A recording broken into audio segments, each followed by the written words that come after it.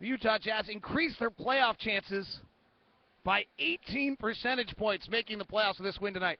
Thank you to this guy over here for that note. That's Kevin Pelton. We've had him with us tonight. I'm David Locke along with Ron Boone. POSTCAST. That is what we're talking about, Mr. Boone. That is what Jazz fans want. That is what everybody's looking for. Yeah, the fight.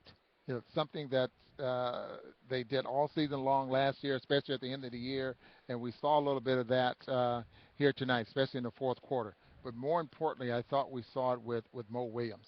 I know Paul played well, Derek Favors played well, and Hayward did a lot of good things, but I think it all starts with Mo Williams.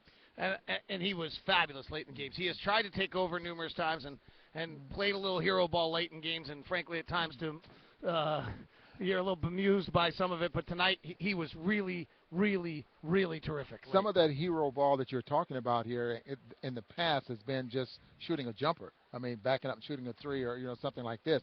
Tonight he was putting the ball on the floor, going to the hole, making some runners, getting the defense up in the air and giving it to Al Jefferson. I mean, that type of play making, and I'm all for a guy that has to defend a guy that's a scorer, that does a lot of things like Damian does, making him play defense there as well. And I think maybe someone pointed that out to Mo Williams there at halftime, because he came out and just tried to take it to the young kid. And Mo has scored a season high for the fourth quarter, was 7 coming in tonight. He had 14 in the fourth quarter tonight. So that talks about exactly, and got into the lane, and as you're talking about, took it to them. And there's a reason why coming in the Blazers with the 24th ranked defensive team, and the Jazz needed to take advantage of that. Yeah. And they were able to. The other one is defensively, there have been very few times this year, unfortunately, where the Jazz defense has been so strong and so forceful that it's altered what the other team has been doing, that you're taking it to them defensively. We've commented a few times where we've seen it, and that's what's going on. And they forced 3 straight turnovers at one point, and those passes were, oh my gosh, I'm in trouble, help me out passes, and they forced turnovers and got the Jazz rolling offensively. Yeah, there was a couple of times they didn't score off those turnovers, and incidentally they had Portland Trailblazers had 6 turnovers there in that fourth quarter. But there was a couple of times they didn't score, but they backed it out and tried to get into something, and the defense picked it up, something that we talked about early in the ball game that just non-existed.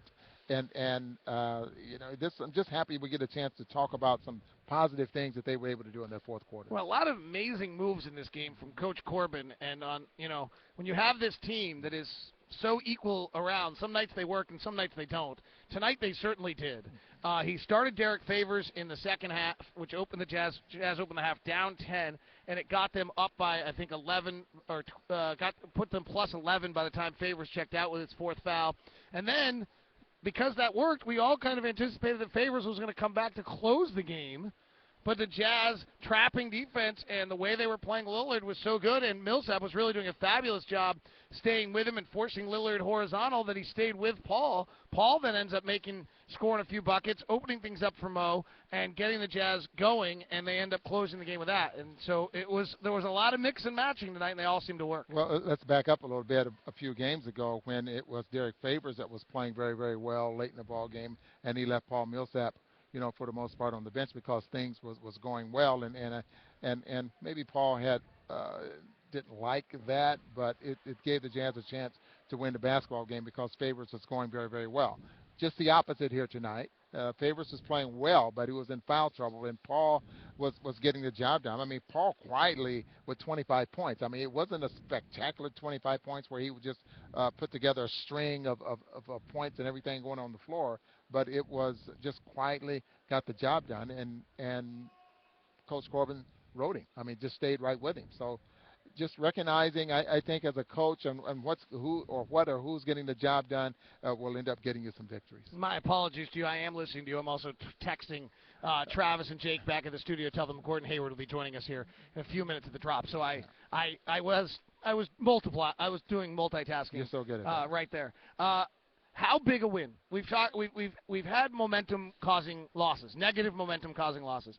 Is this a momentum creating win in the positive direction? Absolutely. Don't take yourself out of the playoffs by losing this basketball game, and then possibly you're playing a very good team tomorrow night when the Brooklyn Nets the Portland Trailblazers again on Monday. I mean, this could have been a windfall if the Jazz would have lost this. Now the fight is there. You know you're going home. You're very good at home. Your record says that. What 24-9, 26-9. The Jazz are at home, and that's a tremendous record. And just take advantage of those home games. My favorite moment of the night, Paul Millsap hit a free throw, and which kind of clinched it. He actually clinched it on a dunk a few plays later. And it was the first moment Al Jefferson came over and gave him just this big high five, or kind of mid-five. But to me, it was like, this is so much more fun to do this together than to kind of be worrying about all the other stuff that's been going on and to be, dealing with losses and this and that. You could just see, wow, this is a lot better way. Let's do this. Let's approach this as we've got 9 of these left, and let's see if we can extend it even longer. And it was great to see. What you saw there was the fight, I think, that's in some of these guys on this team, because you could have just walked off the floor. Okay, we won. But that just showed, hey, we won this basketball game. I mean, there's a difference in we won and that we won this ball game, because we put out the effort. We've made the right things happen out there on the floor and got it done. They took it to the Blazers in the second half tonight, scoring 63 points and outscoring the Blazers 63-43 in the second half of this game to win it going away. On behalf of Ron Boone, I'm David Locke. Great win by the Jazz. See you at Energy Solutions Arena tomorrow. If you can't make it tomorrow, get there Monday. If you can't make it Monday, get there Wednesday. If you can't make any of those 3, no excuses. Get to the arena. Okay, I understand there's reasons why. But if you can, come, please, cheer loudly. UtahJazz.com for your tickets. See ya.